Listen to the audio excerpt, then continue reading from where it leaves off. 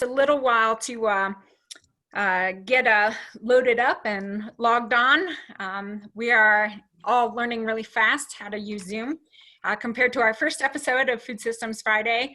Last week, I feel like an expert now this week, but we'll still just give folks a sec to get logged on. So. Oh, good. We had a huge rush come on in there right at the beginning. So why don't I just go ahead and get started?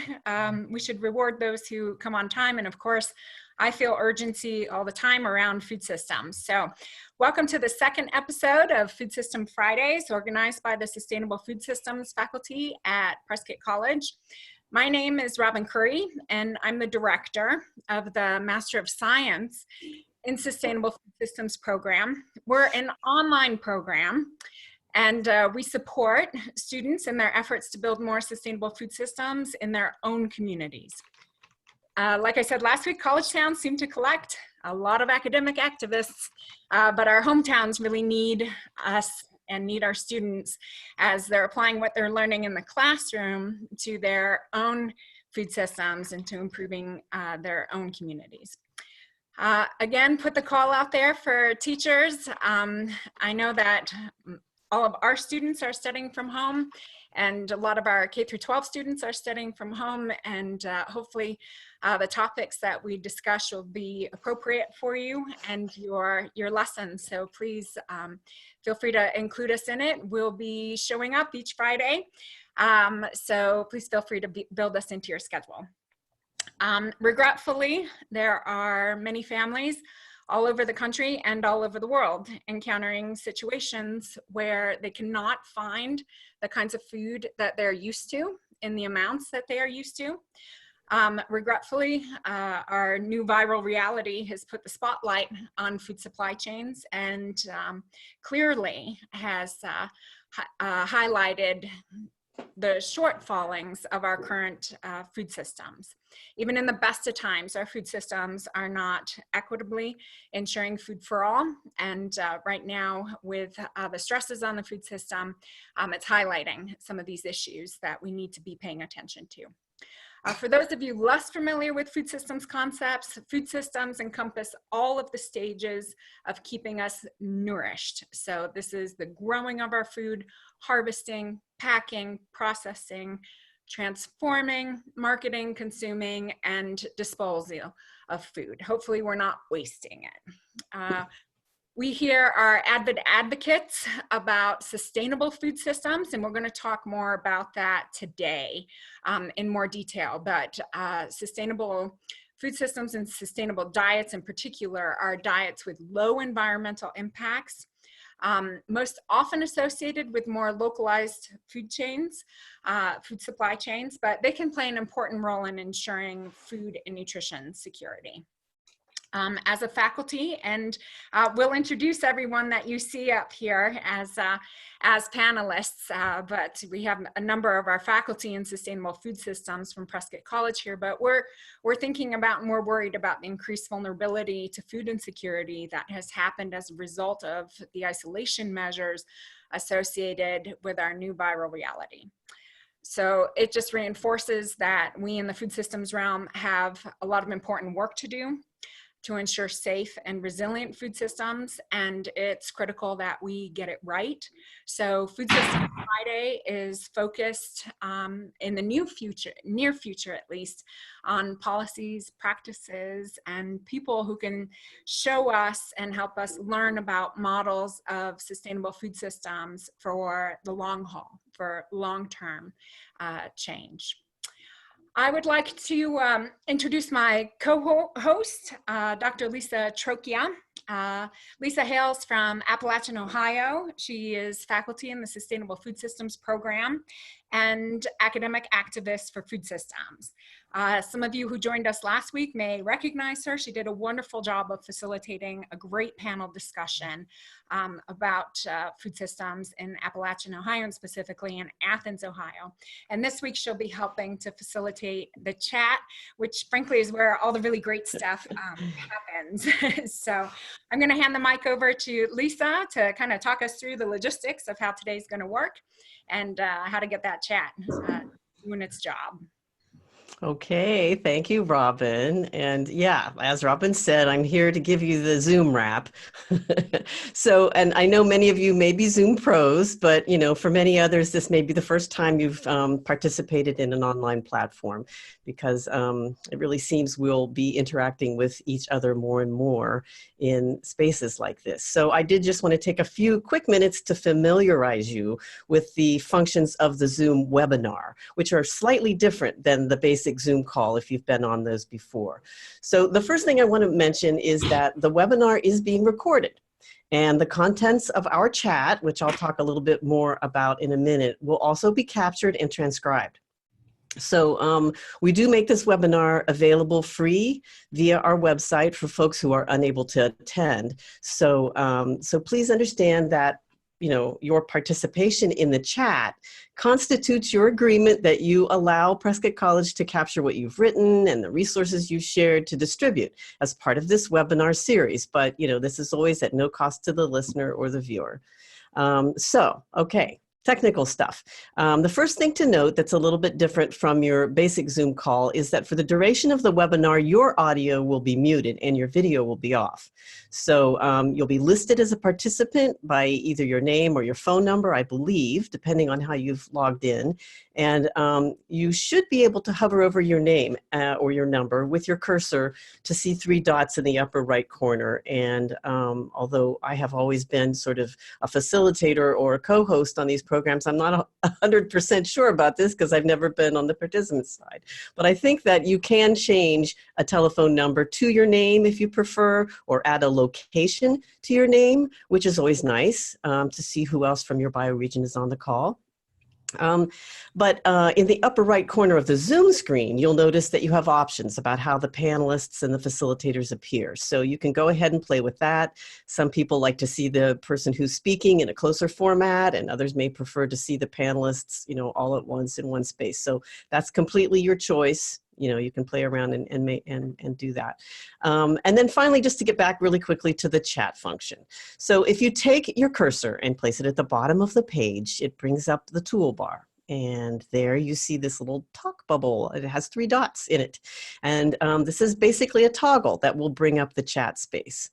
So I'd recommend leaving it up so you can interact with each other and ask questions or share resources as our speakers are presenting. You'll see a little blue rectangle that says everyone. And when this is on, the message that you type and send will go out to every participant on the call.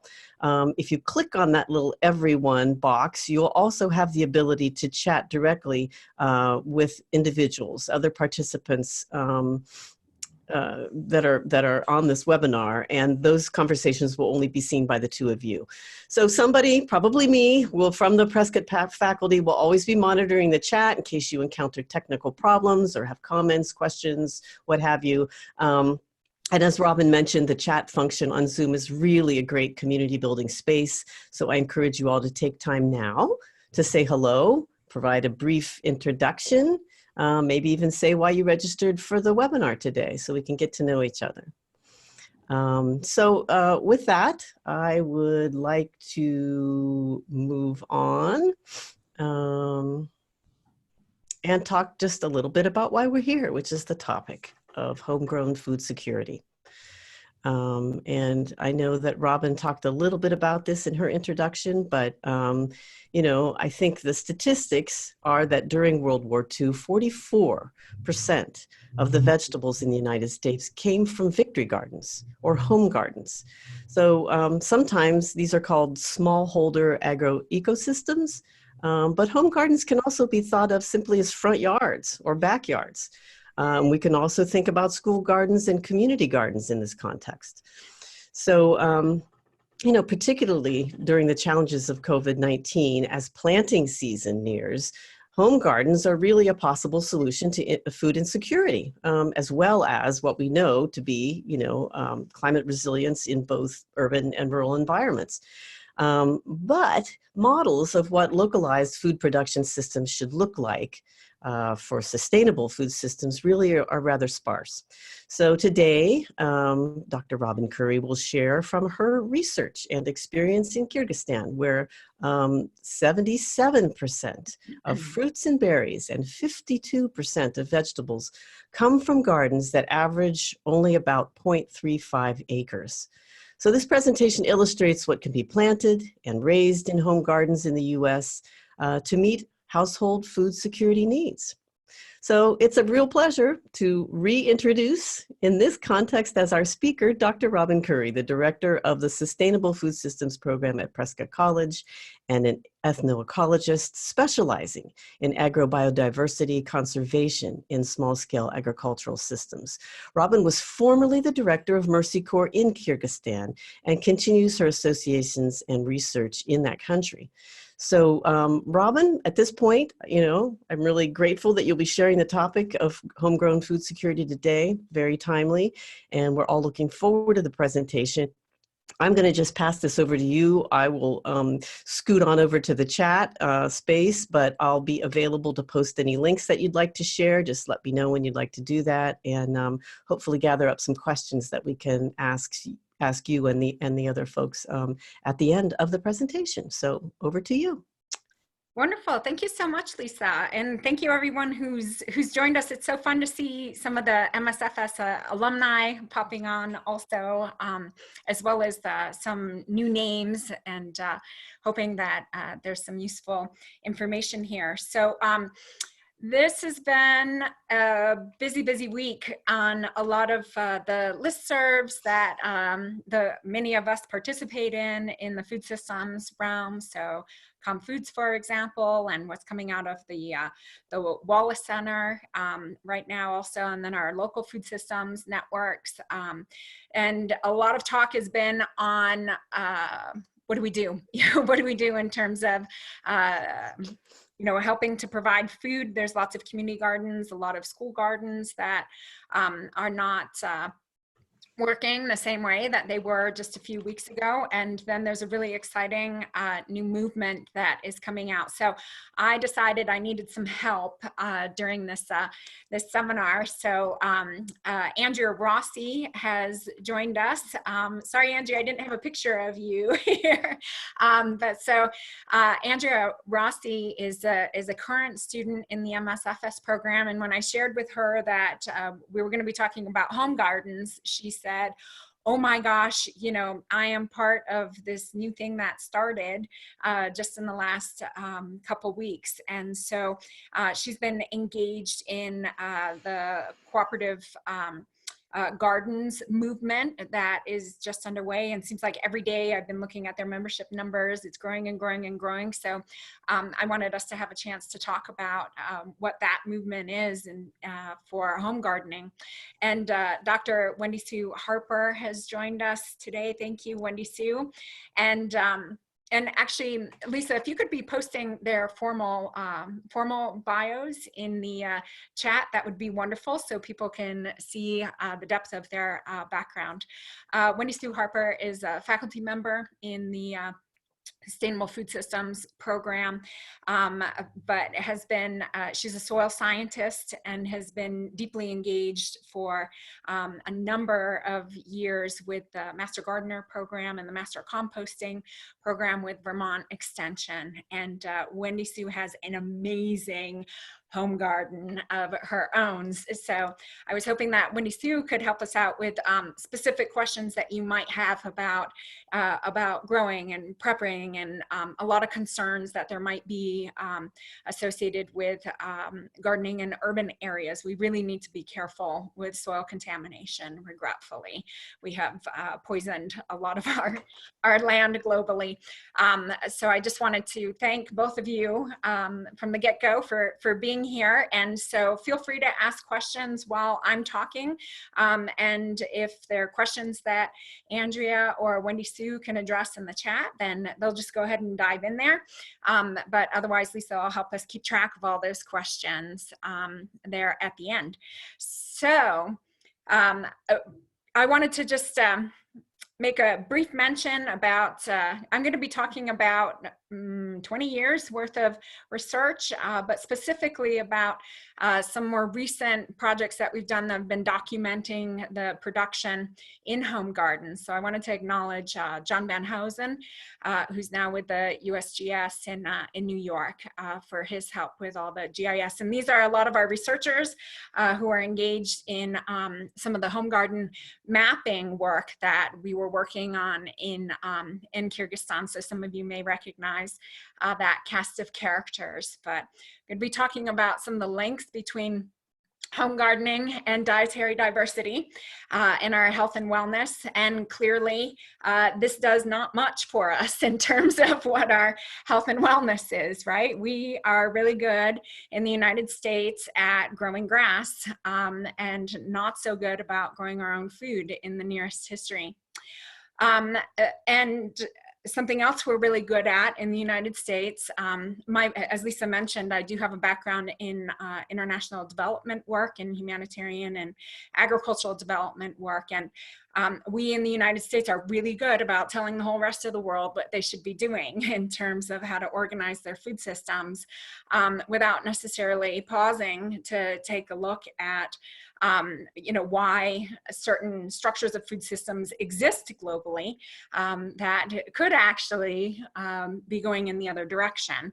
What can we be learning from other structures of food systems globally instead of, the typical American way? So it does matter what we grow. So from a nutrition standpoint, this is from a really fascinating article. I love it, Kantar 2016, that is looking at different concentrations of vitamins in peppers. And so, it's not enough just to say we need to be growing a pepper. There's a lot of varietal diversity within our individual plants. So it really does matter what we grow, not just at the species level, but at the varietal level. And it really does matter that we grow. Now, we here in the United States are growing. So these are data from 2008 to 2013, coming from the National Gardening Association. I wish I had more recent data, but this is the last time they put out free information. Usually it costs upwards of $1,500 to purchase their reports, and literally academics don't always have that kind of cash on hand. So we'll share their last report that they put out. And actually, Lisa, I believe I've shared the link to this report with you. So it'd be great if we could get that into chat. So what we can see is that there has been growth in food garden participation in the United States, from 2008 to 2013. So we are growing, and that's a lot of households. 42 million households is not a small number. But we do need to work on our equity and, who's growing food, who has access. As you can see, we have the highest level of home food production coming in the United States, at least in the higher income groups, than we have in our lower income groups. So this, I think, if we look at these, the participation. So in that 5-year period from 2008 to 2013, we can see that there was a drop in the participation rate for households that were, 35,000 to 50,000, and an increase in the under 35,000 household income rate. But one of the hypotheses about what's going on with the shift here is this was after the 2008 financial crisis. So one of the hypotheses is just simply people dropped from being in this income level, from the 35,000 income level down into the 35,000 income level. So it may not have actually been drastic shifts in who was actually producing. And this may be something that we see regretfully, because with our unemployment rates increasing and, you know, anyway, we'll leave it at that. With our unemployment rates increasing, we may see similar shifts. So food gardening is not new to the United States, but there are some lessons learned. The majority of us still have, you know, I have majority rocks in my backyard right now, as we just moved and are putting in our garden for this year. So I am going to talk about Kyrgyzstan. They have highly localized food systems that are heavily dependent on home gardening. This part of the world, Central Asia, I'm kind of drawing a little circle around it here, is temperate climate, very similar to the United States. So the latitude of the areas I'm going to speak with you about is similar to kind of Boston and Chicago. So I put that 42 latitude line in there. This is the country of Kyrgyzstan. Kyrgyzstan has had its first cases of COVID-18 in the last week. They took pretty drastic measures to close borders. They border with China, as you can see at the outset of the COVID issues in China. In honor of Wendy Sue joining us from Vermont, I tried to put us in perspective on Kyrgyzstan related to Vermont. Kyrgyzstan here in the center was an important country in thinking about the corridors of the Silk Roads. There wasn't just one Silk Road, there were multiple roads and pathways. And specifically, if we look where I'm moving my mouse, this is an area where this research is going to be coming from. I'm going to be speaking about those little yellow boxes are significant archaeological sites. So people have been moving in and out of this area and carrying plants with them in and out of this area for quite some time. These are the wild fruit forests of Kyrgyzstan. So the upper story is walnut, and the understory is, you can see the little apple right in the upper left-hand corner. The understory are wild apple trees, peaches, or excuse me, apricots, pears, plums. There's a number of foods that are originally from that area. These are just to show you the amount of diversity in the wild apple populations that are just being collected from those fruit forests. And there's other collected plant resources and fungi. So that's a vat full of mushrooms that were collected. But this just gives you an idea. So all of these plants are native to the region.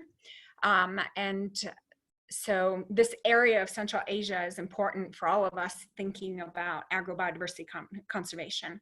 But I'm going to start showing you what some of these home gardens look like. So this is an example of a home garden. These are all fruit trees. The fence is a living fence, and you can tell that they're managed for fuel wood. These are just some other examples. There's no one way that the home gardens are designed, but I wanted to show you these are front yards and backyards. No Kentucky blue growing here. So you see the apples are in flower, but home gardens are living and working spaces and include an animal component. Now this may be a harder sell in the United States. We have a lot of ordinances at the local level. Talk to your planning commissions about this, but in home gardens that are average about 1/4 of an acre, which is not that large, you can see the average livestock holdings. So just about everybody has chickens, 20 on average, 21 of them, pigs, goats, sheep, you'll have your occasional horse, and cows kept in these home gardens. So what we're learning more recently, when we're starting to look more carefully at the link between our diets and what we're growing in our home gardens or our structure of agriculture and the structure of our diets, is that they are highly linked and highly correlated. And so there's quite a bit of research that is coming out. But look at these publication dates: 2017, 2018, 2019. We weren't really looking for linkages between our agricultural growing practices and our dietary diversity. But now we are, and there's positive relationships. The more diverse our agricultural systems, the more diverse our diets. In the former Soviet Union, so right, that's just us on the other side of the globe.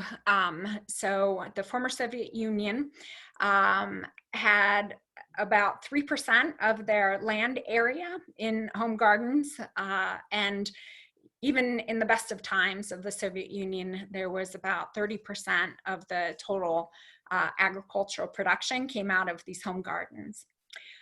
We can see that this was when the Soviet Union collapsed. So 1990, 1991, it depended where you were, but you can see that after the collapse of the former Soviet Union, people relied more on their home gardens. Do you see? It went from 25% of total agricultural output coming from home gardens, and it jumped up to 35% of that total agricultural output. And there's this wonderful article by Seath and co-authors, and the title is "Muddling Through Transition with Garden Plots." But what we know is, we know that people who had access to land and who could grow their own food improved their standing and had higher food security in times of uncertainty in the Soviet Union. In Kyrgyzstan, agriculture is about 21% of the GDP, but there's not very much arable land. It's highly mountainous. It's very similar to Montana and Wyoming in terms of what the landscape looks like.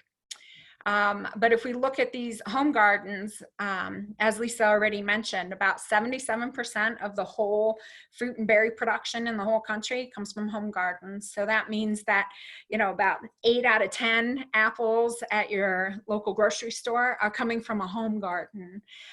Vegetables, you know, half of what you're going to be putting in your cart at the grocery store is actually coming from someone's home garden. So if you can think about the organization that's needed to collect surplus food from hundreds of thousands of gardeners, it's a very different food system structure than we have in place right now in the US. So here's what I'd like for us to think about. You know, the challenge for today is, here we are. So this is a village. This is a map, hand-drawn map, computer-aided, I should say, of one of the communities in Kyrgyzstan. This one is called Tosor. And we also did research in another one called Tamga. So in Tosor, which is what's shown here, there's 325 individual households, and this is what one of their backyards look like. So they've got fava beans, apricots, corns in the background. We've got garlic and onion. If you squint and look real carefully, you can see all that. Now, on average, these garden sizes are super teeny tiny, you know, less than 1/10 of a hectare to 1/3 of a hectare, really small. But if we instead look at the whole community as a farm, then it's a different picture. This is a 50-hectare farm. That's a lot of growing area. This could actually be just about anywhere in the United States. But so the next 3 pictures I'm going to show you were all taken at the same scale. And so what we have here is what is more typical for us in the United States for a production system. So we have, you know, the farmer living out away from other folks and, you know, planting their rows of fruit trees. This is an orchard. Here's the Kyrgyz version. Remember, same scale. Here we have all these individual households, but see, they still have their fruit trees planted in here. So you don't have any of this separation between this is the ag area and this is where we live. It's all integrated, and these are our front yards and backyards. And so then if we look at, a town in the United States, so this is where I used to live in Vermont. Here's a town in the United States, and I can tell you, because I've walked every single street, and I know that I and my neighbor across the street were the only ones that were producing any food or had producing fruit trees in this area. Oops, that's not true. One other garden over here. They're right on the edge. A former colleague who was in the agricultural faculty. Quite different. So we have some lessons that we could possibly learn from the structure of agricultural production in other parts of the world. Now, remember I was talking about that link between the structure of our ag and our diets. This is an indicator that is used by the Food and Agricultural Organization as a rapid assessment tool to try to get an idea about the status of community nutrition. And it's called the Minimum Dietary Diversity Score for women. Women of reproductive age have higher nutrient needs than any other segment of the population in general, other than we little ones. So here's what I'd like for you to do. I would like for you to look at those 10 categories and think for yourself, how many of those categories did you consume yesterday? In the full 24-hour period that was yesterday. And if you're not sure, best guess, starchy staple foods are things like potatoes, right? Or pasta. But go ahead and count out how many of these food groups that you might have had yesterday. Now, what those food groups can indicate at a community level, not at an individual level, even though I just told you to count off for yourself what it was. We're just using that as an example. But in aggregate, at a community level, those food groups can indicate whether or not a population is achieving micronutrient adequacy. And so those 10 food groups actually align with the achievement of micronutrient adequacy of these vitamins and minerals.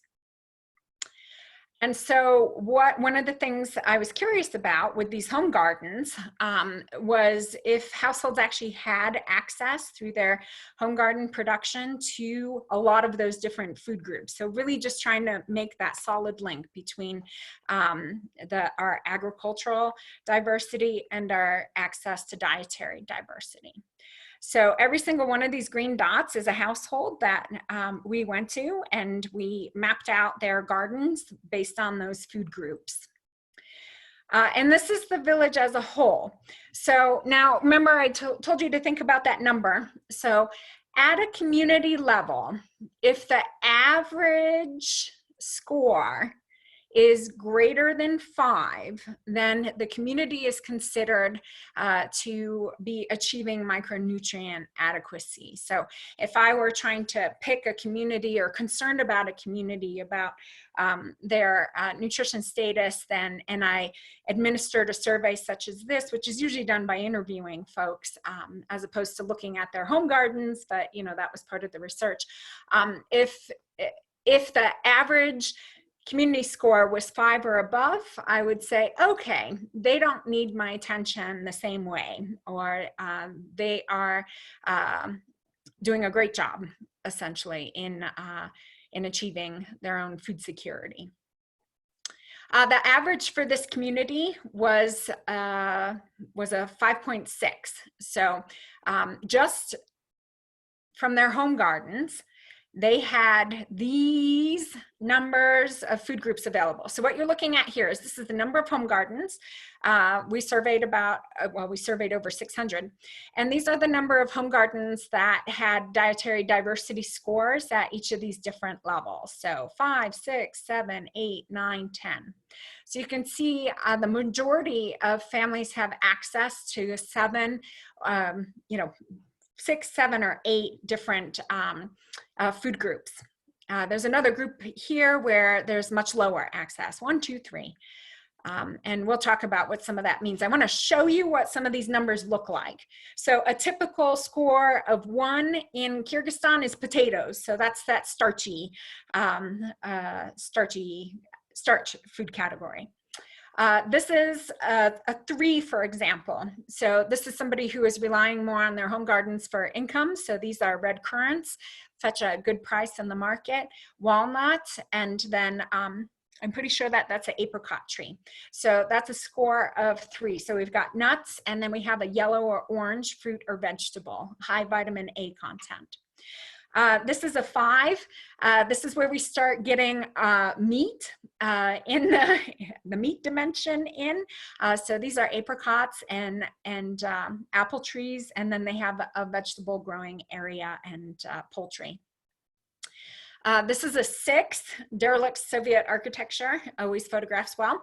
But so a combination of decorative plants in the home gardens. Also, you make do with the spaces that you have. But so lots of different looks. This is a 7. Just to give you an idea.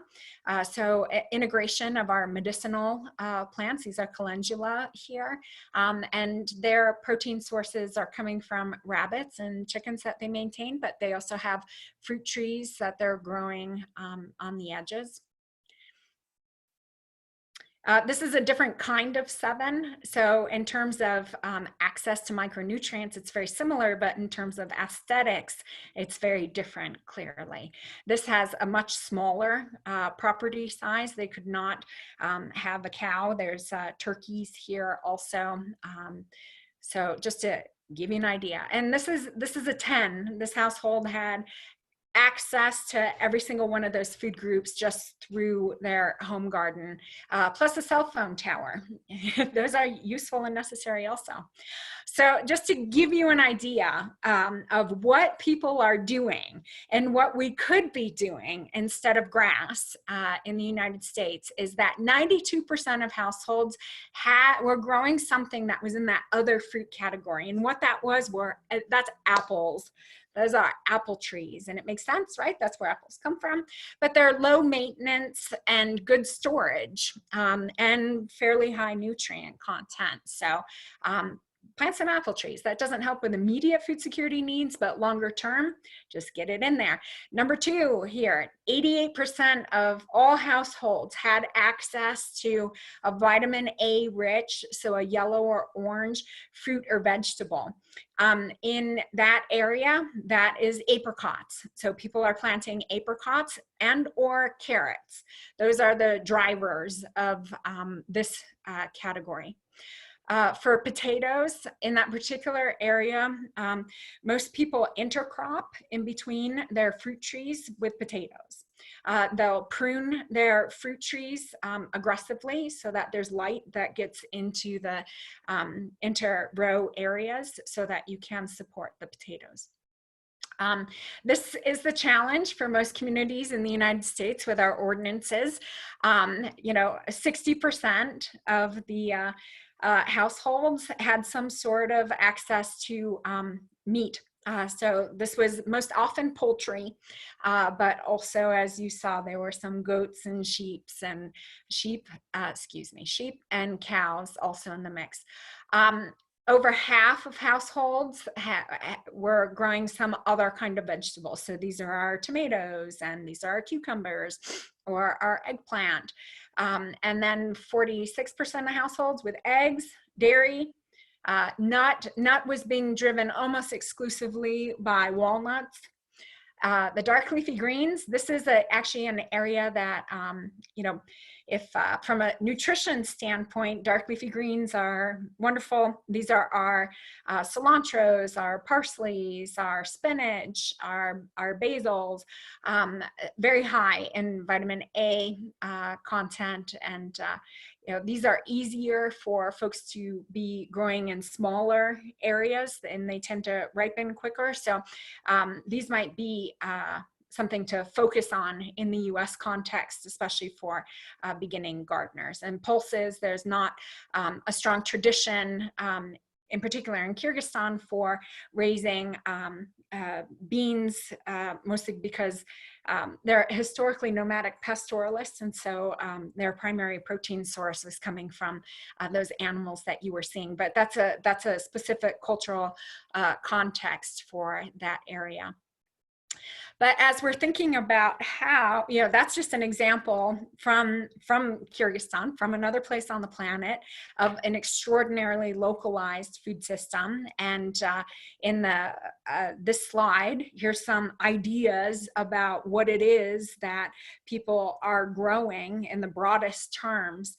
But what I'd like to do now is to kind of switch the mic over to Andrea. If you could turn your camera back on, Andrea, and get your mic unmuted, to have a chance to talk about, some of the emerging excitement that there is for home gardening here in the United States. And if you could speak to some of your engagement with the Co-op Gardens Commission, that would be wonderful. Yeah, that's great. Hi, my name's Andrea, and as Robin mentioned, I'm just one of over 1,000 members that are now part of this Cooperative Gardens Commission that was started by the Experimental Farm Network out of Philadelphia, and it's now grown to a much larger group of people. The initial desire for this group was to engage people around individuals who have resource and connect them to people who don't have resource when it comes to seeds, land, education, soil, and other things that people may need to establish their own home gardens and community gardens. And so right now, if you go to coopgardens.org or coopgardens.com, it will direct you to a Google form, and that's where people can sign up to get involved, either in working groups or just to get involved in getting connected. They're working right now on an online platform where people can share the different resources they have, either bioregionally or nationally. And it's something that's really exciting because the charge of cooperative gardens is really trying to get people to grow as much as they can and come together to do that. And it's very much a movement in the sense that at this stage, things are really unfurling. There's not one, there's so many different groups. There's people on this call. I heard from someone earlier in the messages who's on one of the different working groups. So if you're looking to get involved, you can go to coopgardens.org. And even if you're just interested in learning or in sharing, then just getting connected over there. And there'll be more things rolling out in the weeks to come. We have a tech team that's kind of working on trying to get that platform out, and there'll be some other temporary, probably connecting options as well. So that is Cooperative Gardens.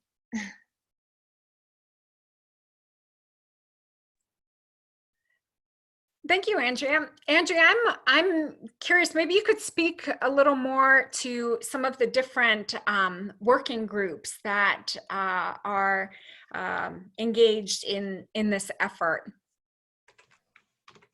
Yeah, absolutely. So one of the groups, two of the groups that I'm in, one is tech and logistics. And so they're working on the actual interfaces for people to engage with. I'm also in an herbalism group.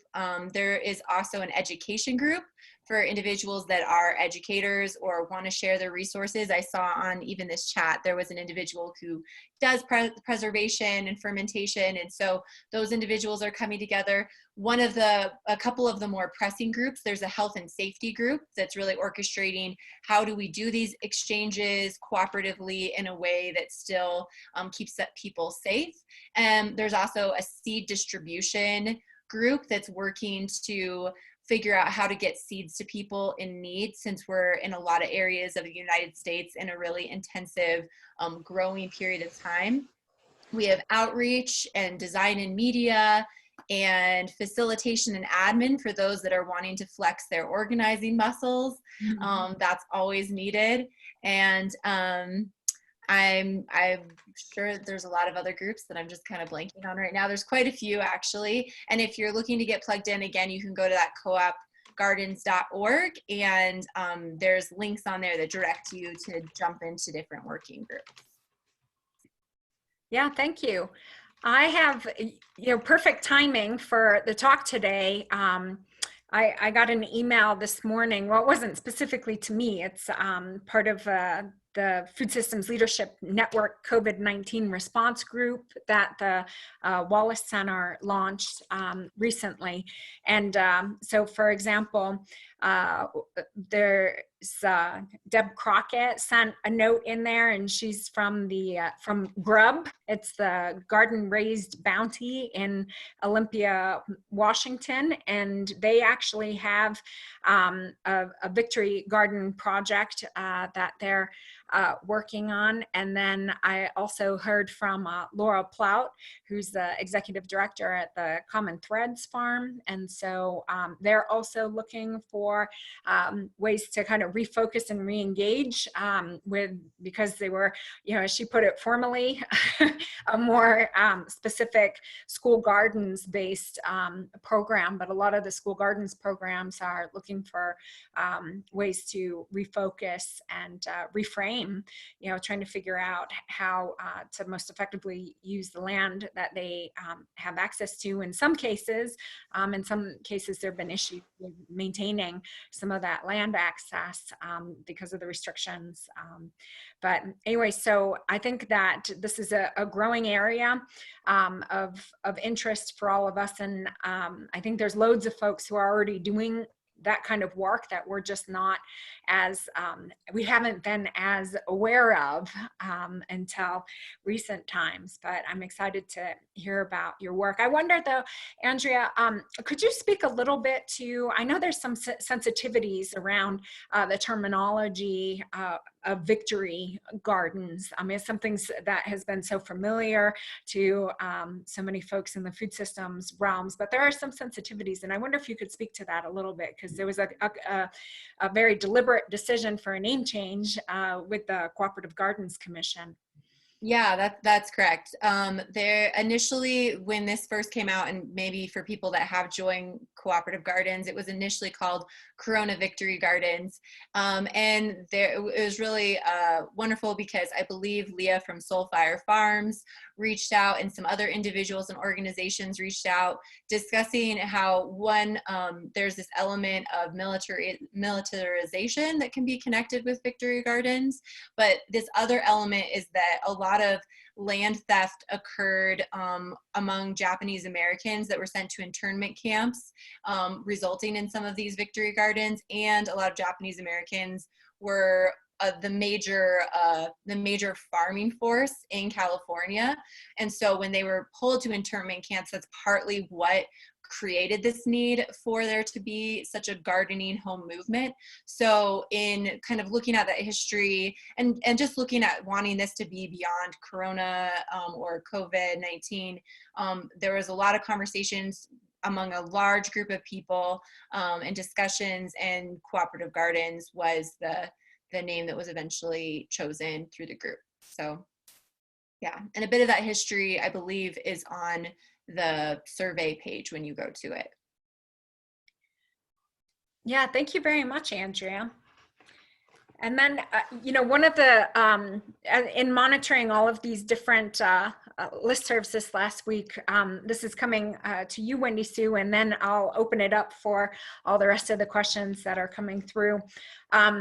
There's a lot of folks who are looking for the go-to resource for how to get started in gardening, and I know that there's no one go-to resource because there's so many different regions. But I wonder if you could speak to some different ideas of where people could start looking for information and things to look out for and be aware of if you're starting to enter into home food gardening.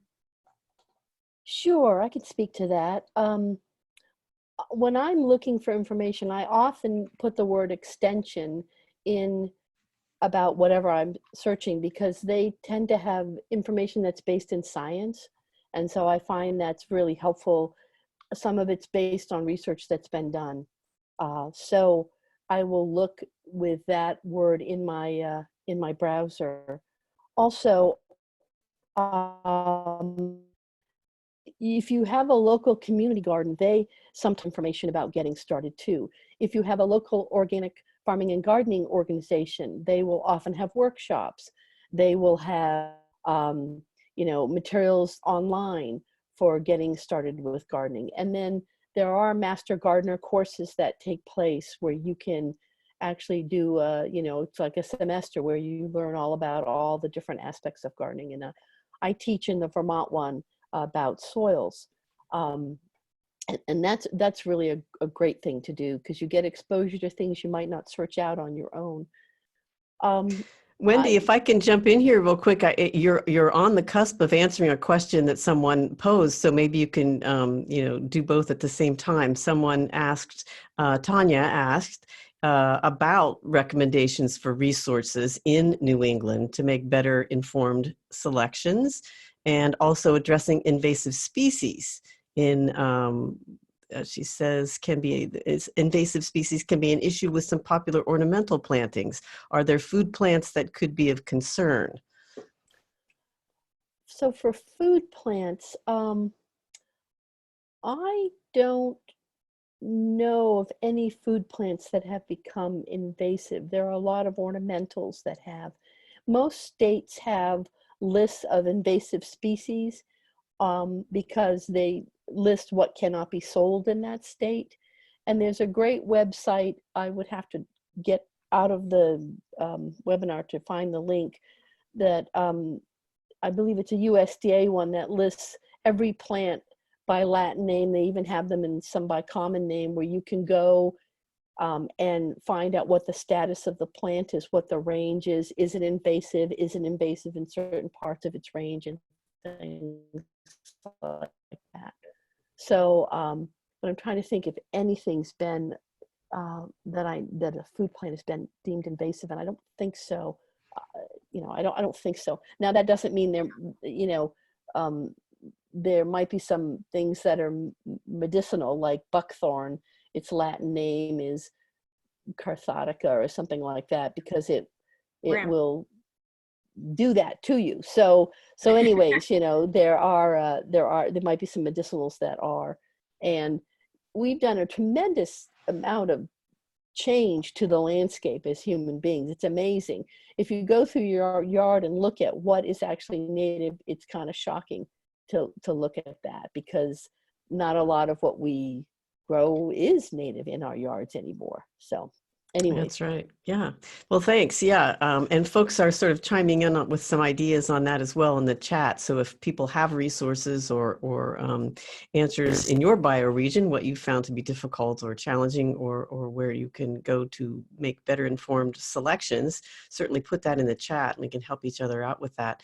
I'm going to go ahead and transition over to a few more of those questions. And Wendy Sue, there was another one, since you're on the line.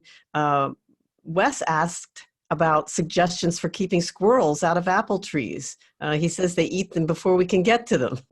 So I did throw a few ideas into the chat box, but I'll repeat them anyways. We don't have squirrels eating our apples, but we do have birds that get into our peaches and sometimes apples and pears. So when we see that they're kind of getting interested in the trees, we will actually go out and pick those fruit and bring them in and let them kind of finish in the living room. We don't have a garage or anything like that, so it's the living room where these things get piled up on the hearth of the wood stove. A little early to keep those bird friends out, because birds are so important for controlling insect pests. They do so much in the yard that we don't want to discourage them. But we have 12 blueberry plants, and we use netting on those, because we'll lose half to a third of the harvest if we don't net them. So we actually have these posts up, and we put a tennis ball on the top of it and throw a net over it, and it keeps the birds out. So, and you can do that. You can buy netting for trees too. All of it makes it more difficult for you to get what you want as well, but it does keep them off. Great. Yeah. And there are some repellents that organic farmers can use.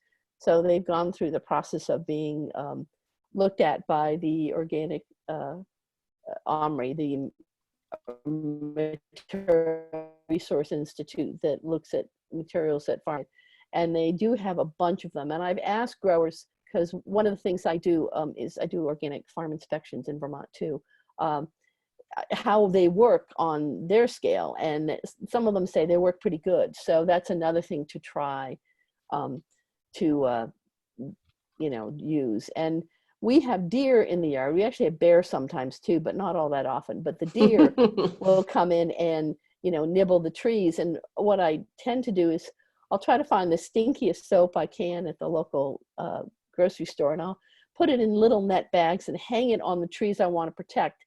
The big ones I leave. So you're kind of directing the deer, eat over here and don't eat here, because they don't like the smell of that soap, and they'll leave the trees that have that hanging by them alone, pretty much. Right. That's a And great the big suggestion. ones, we don't care if they nibble on them. Then we can just blame them for poor And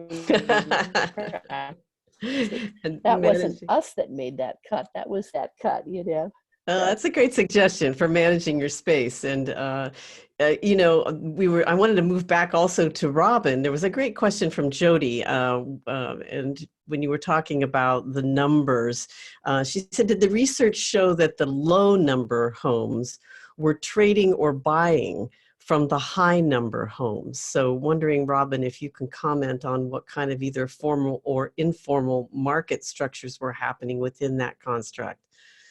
Yeah, excellent question. Thank you so much. Insightful. So with the lower number homes, there's two things that tend to be going on with those households.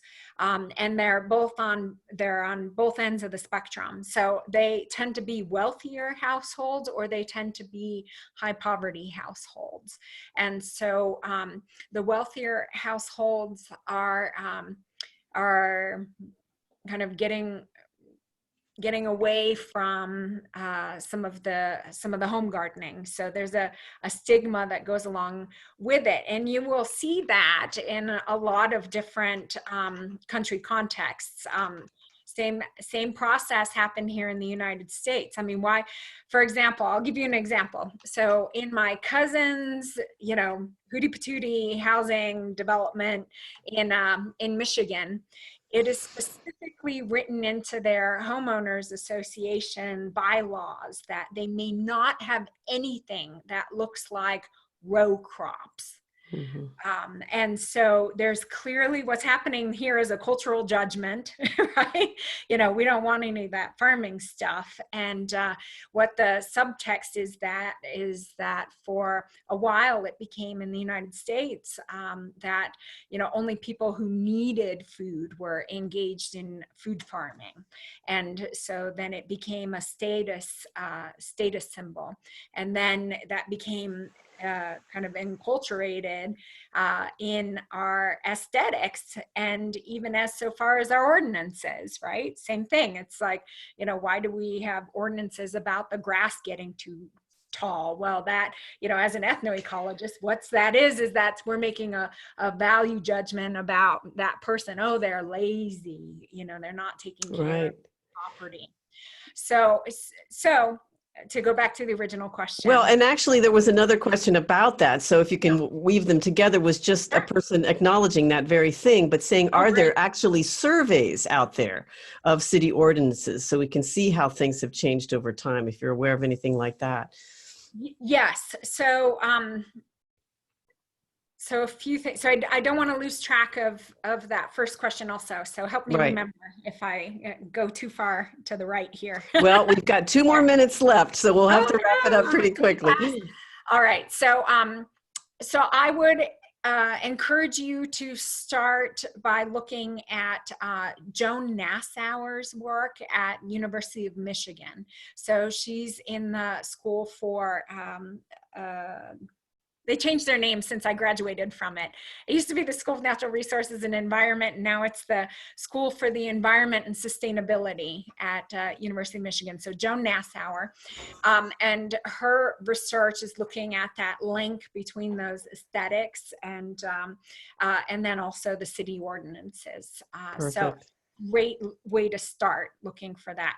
Another really great resource for you, if we want to jump all the way to somebody ought to do something about that, because it's actually blocking some of our abilities to do food growing in our home gardens, especially if we want to be keeping domestic animals, is the Vermont Farm to Plate Network has recently issued a toolkit specifically involved in ways that through your local planning commissions, you can try to make sure that food security is an item embedded in those plans. And that's the way to start in on the ordinances.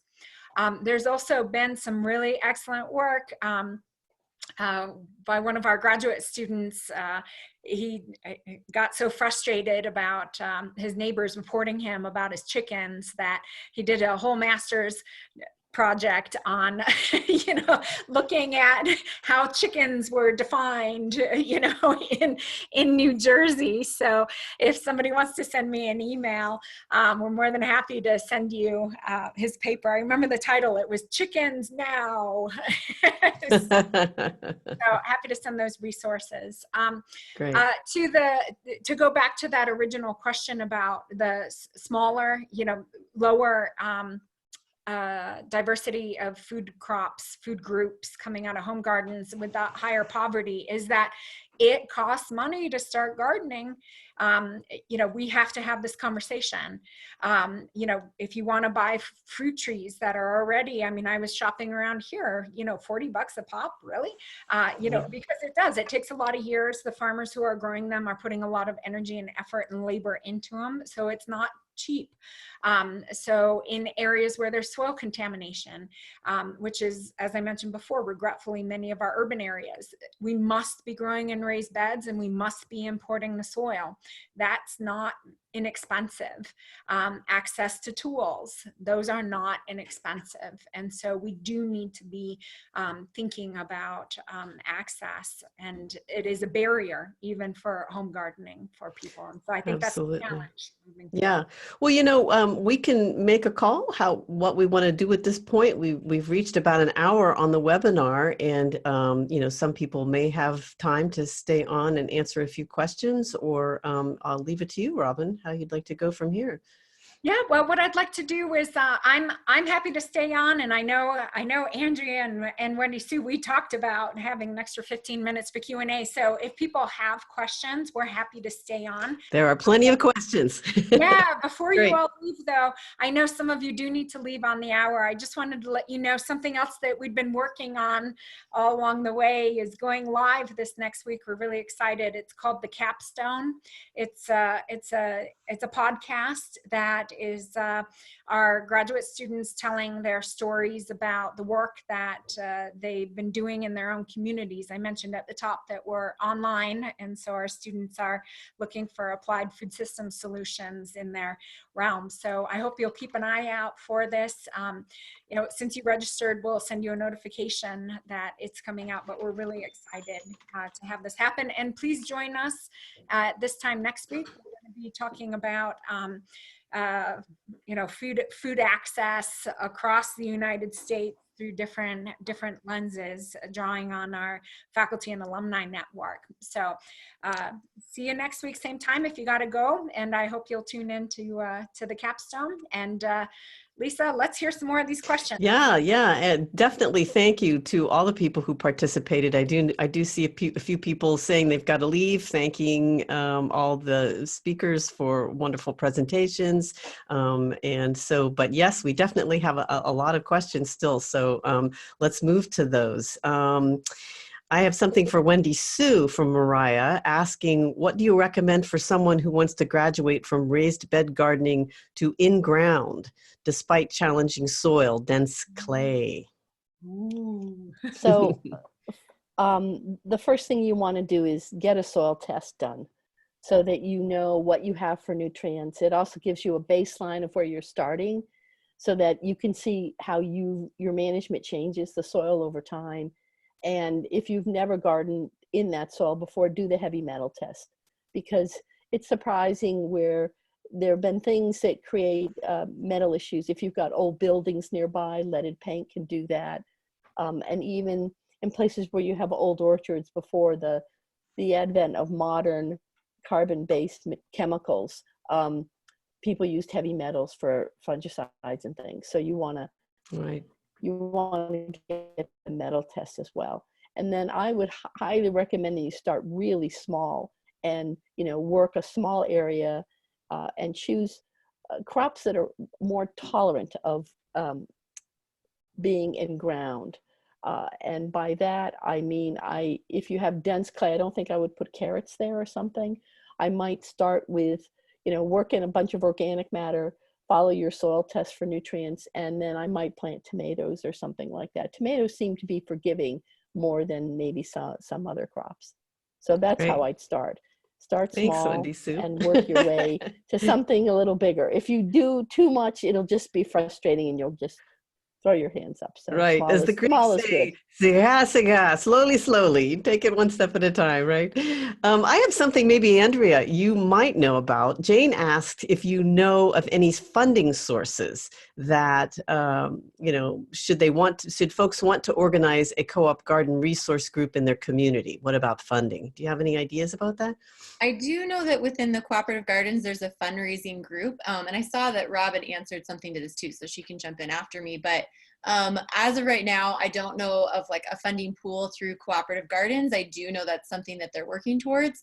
However, I do know there's a lot of people that are already discussing exchanging of resources. So if you don't need funding in terms of capital, but if you're looking for like land in your area, or you're looking for seeds or mentorship or education, some of those things might already be readily available. And they're just working right now on how to create those communications in a way that is the most easeful and easy to find. But if people join up, that is something that people are already naming that they have resource, and fundraising is working towards creating an actual pool. Great.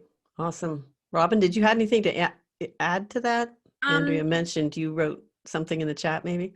Yes. So, and regretfully, it's not all that helpful because like most food systems funding, it's out there, but it's very hard to actually track down and get the funding for it. And a lot of it is community based. And so there are literally hundreds of thousands of really wonderful smaller and medium to size foundations that tend to take on the gardening realm and the community-based food security approaches. And so there's no one easy place to put them. And actually maybe now, with so much attention on food systems, maybe that's something that we put the call out there as an unmet need, is that there is no one good place to go to, no single clearinghouse for, both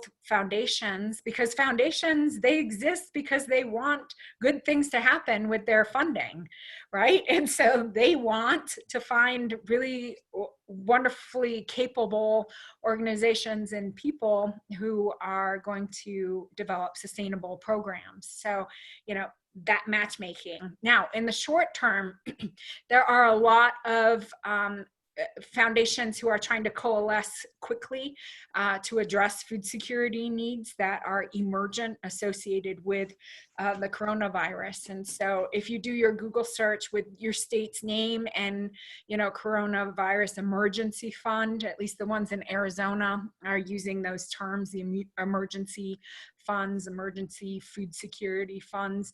Now, the one thing I have seen is that a lot of them, the ones in Arizona, have put a qualifier on it that it had that emergency funding is only available for activities that were in place as of. They even put a date, March 11th, I think. Oh, wow. Yeah, so it's and there's so much need right now that there's no judgment about that. But just so there may be needs to explore in different ways for new initiatives. Great. Oh, I have yeah, a and actually, I just saw from it's Richie Way. I hope I pronounced your last name. You are correct. The city extension. extension offices, Hmm. many of them do offer grants. Thank you very much. Yeah, yeah, good call on that one. This question came in specifically for Andrea. Um, it says, does Co-op Gardens have a working group for youth education or school gardens? We support school gardens in Denver, but are challenged right now to keep up with maintenance or coordinate volunteers that are largely parents and now are home with their kids. So I'm wondering how resources are distributed. If we have seeds, would they be connected to others that are part of the co-op gardens locally? Great question. Yeah, that's a great question. Thanks, Hannah. Yeah, from Hannah. So currently, regarding the youth education, there's just a larger working group that's called education. I'm not in the education group, but I've heard hints that there might be some breakouts around school and youth in particular. So I don't know where they're at in that particular phase. But if you're interested in learning more, there's a lot of people in the education realm. I don't know how many last time I checked, which was, this changes very rapidly. There was like over 50 people in that group. So they might be working on a sorting process or micro groups within it relating to that.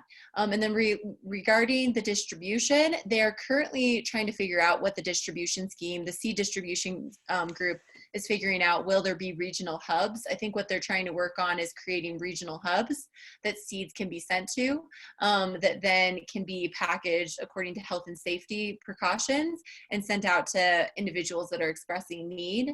I think there might be an interim model where there might be a use of actual Craigslist while this other platform is being built, and a series of hashtags to essentially use Craigslist as a platform for community organizing in the free section, where people using those hashtags can then coordinate with one another. They're still figuring some of that out and trying to get some of the health and safety components figured out with that. But if you join in there, then there's folks that are having those conversations, and more of that will be clear coming shortly. Great. Thank you. And Wendy, Sue, and Robin, you might be able to address a question about the impact of pollution on foods that are grown in home gardens versus traditional farms in terms of location. So folks, grow food in their backyard, but the question was, is that an issue with stuff in the front yard where it might be more subject to car pollution and whatnot? So I don't know if you had thought about that or what to do about it. I'll take a stab at that. Okay. I know that when we used to have leaded gas, they could pick up amounts of lead along roads, and even, neighborhoods that were near highways had more concentrations of lead in the soil. So that, from air pollution and that kind of thing, that is an issue. And if you have a very old home, you don't want to garden near it because of leaded paint. Now, when people scrape leaded paint, they have to put down tarps and collect it and get rid of it. But in the old days, people just scraped it off and it fell in the soil. And those levels can be quite high in old neighborhoods. So that, that's something to think about. I'm trying to think about other issues. Well, people could just wash it off. I mean, presumably, leafy greens, you could wash them, and that would take care of anything that would be coming from emissions from cars, or.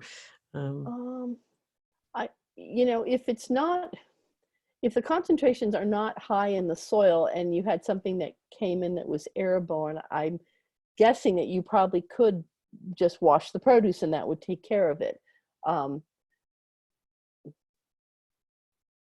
Pollutants are so unique and so different, and they do so many different things. You really have to be specific as to the one that you want to talk about to look at how it moves through the plant and soil ecosystem.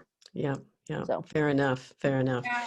Well, no, thank you for that question. I just wanted to mention that we're going to have Wendy Sue Harper back with Eleanor Tyson, I believe on the 10th for our episode on the 10th. And so this is something that I have just now made a note to self that, you know, I was like, oh, I haven't thought about that. Yeah. Not in that way. You know, being formerly in New England, you know, we were always focused on the soil toxicity, but that could still be for the heavy metals. You know, you can at least test for that through, at least get that much down, because if there's going to be cumulative deposits over time, it should show up in the soils test. But Right. it's on my to-do list to learn more.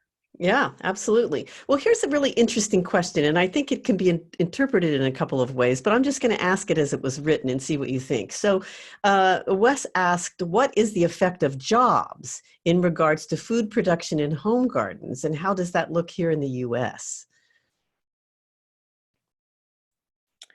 So maybe if Wes is still here, maybe in the chat could add some clarifying comments if I don't interpret it correctly. But as I'm interpreting it, it's like off-farm employment. So if there's you know, having a regular job, if that makes it harder to have these highly productive, intensive home gardens. And in some households, the answer is yes. I think we can all relate to this, right? If you have to, I mean, now we're all get to be home, but usually, you know, we're dashing off because we have to be to work by this time and if you look at how a lot of households live their day to day, there is there's a lot of self-employment, and so that means that individuals have a lot of autonomy over how they spend their time during a day. So this is something that maybe we are now experiencing here in the United States. So if you don't have to be, you know, at this particular place at this particular time, then if you do see something starting to dig in your garden, then you get up and chase it off, right? You know, from your perch, or you do spend that 20 minutes of, you know, picking the bugs off if you see that, you know, the hornworm got on your tomatoes. And so it's just a little bit of a different way. So when there's more structured employment, it makes it a little harder to do that, unless that's how you spend your unwinding time when you get home. Right. So this is people in communities like Tosor and Tanga, for example. You know, you come home, you take off your outside clothes, you put on your inside clothes, and you do your garden walk. And then you go and on your garden walk, you're picking off, you know, this and that, what's going to be for dinner. And then you go into the house. And so it's, it doesn't have to be in conflict. Part of it is a conscious decision about how to spend one's time also. And chores, you know, kids get garden chores. Right. And then, you know, I think it's becoming clear to folks the priorities now in terms of food security and the value of having that in your backyard, in your front yard. So maybe it is worth cultivating a little shift toward how you relax, if that's in front of the television or if it's strolling through your garden, picking some apples off the tree and, you know, weeding a few rows or something like that. So maybe a podcast. Yeah, exactly. Well, listen, we're at about 17 after the hour. And just want to thank folks for joining. I don't know, Robin, if you have some final words, but. Well, I know we should actually stop these, but Tanya just sent something. So saying that she was interested in West's question too, in the food system supply chain, institutions, reliance, market. Ooh, those are excellent questions. Those are not easy questions. Here's what we're going to do, Tanya, is when we talk about the community gardens and the school gardens on the 10th, yeah, with Wendy Sue and Eleanor Tyson, then I will make sure that we're ready for this. But you know what? There is an article that's coming out next week in Civil Eats that is going to be on the food system supply chain. I was interviewed for it this week, so keep an eye out for that. Meanwhile, and feel free to send me an email. So with that, thank you everybody for joining us today. Oops, excuse me. I didn't mean to switch off of that. Thank you everybody for joining us today. And we will send you an email. If you registered for this podcast, or excuse me, for this webinar, then we have your contact information and we will be sending you the recording and also the information for how to access next week's session. So hope to see you again next week, and thank you for all that you're doing for our food systems. They need you. And thank you very much, Andrea, Wendy Sue, and Lisa for fabulous facilitation. We can never do it without a strong facilitator. I really appreciate it. And all the great questions and interaction on the chat. It takes a team. So happy gardening to everyone, and hopefully we'll catch up with you all next week. Same time. Thank you. Bye.